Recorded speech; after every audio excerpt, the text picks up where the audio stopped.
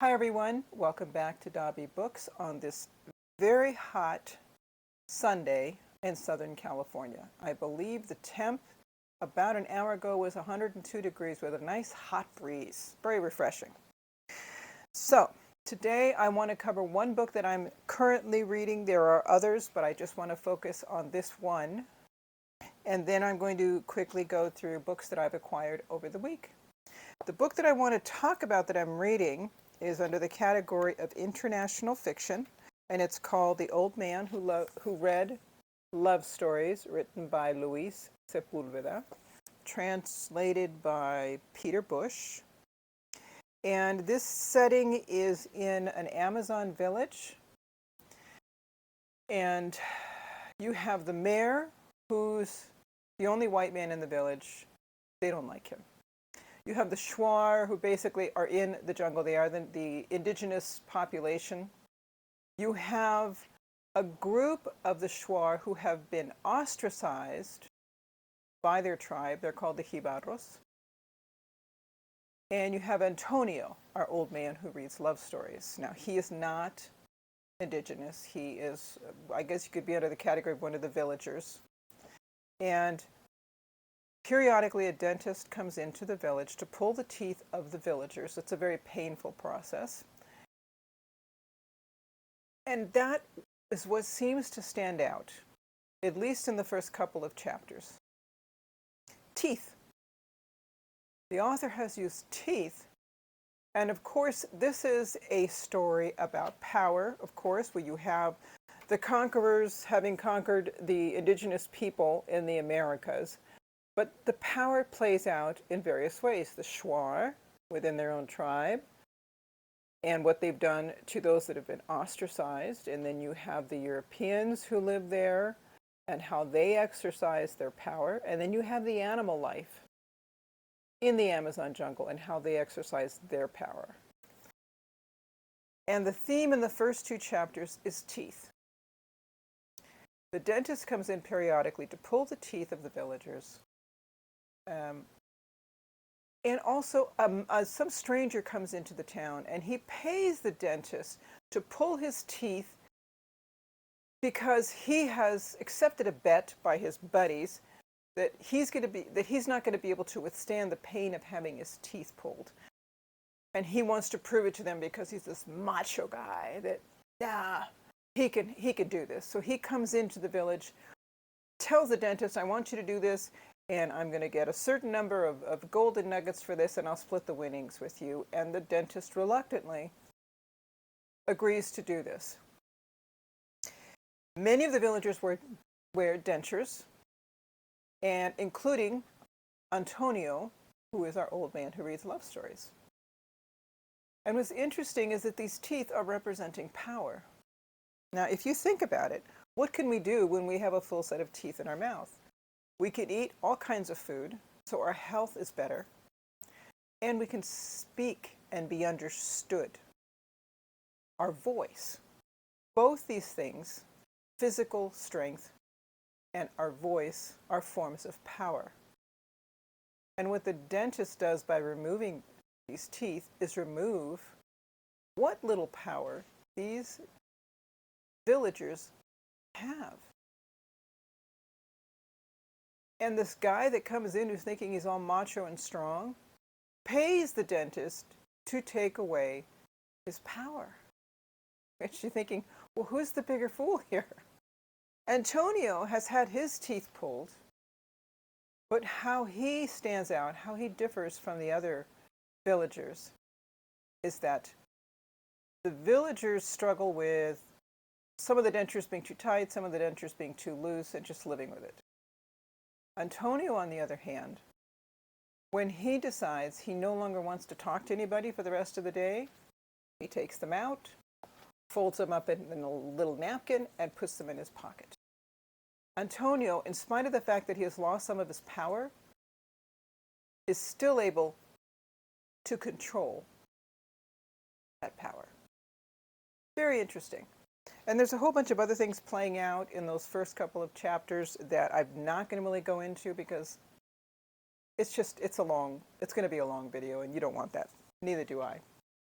But let's move on to some books that I got this week. One is a brand new one, and this is a book that I have an ebook of and I have an Audible, but I really wanted a hard copy for myself to do some marginalia and put some tabs in to go back and refer to. And it's a story that it's a biography that I've read many times and listened to many times, and I still continue to like. And it's called There is a River, and it's the biography of Edgar Cayce, written by Thomas Sugrue, who knew Edgar Cayce for many, many years.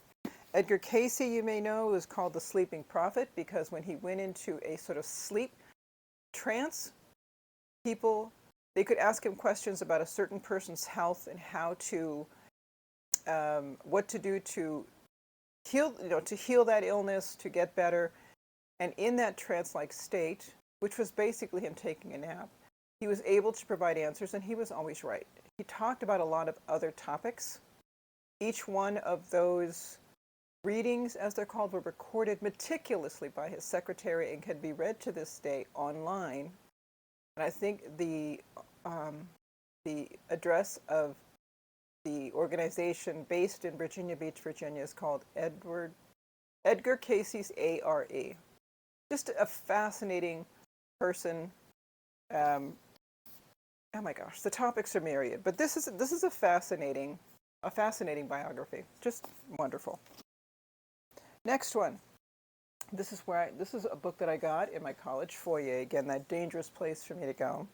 And this one's called The World Turned Upside Down: Radical Ideas During the English Revolution by Christopher Hill.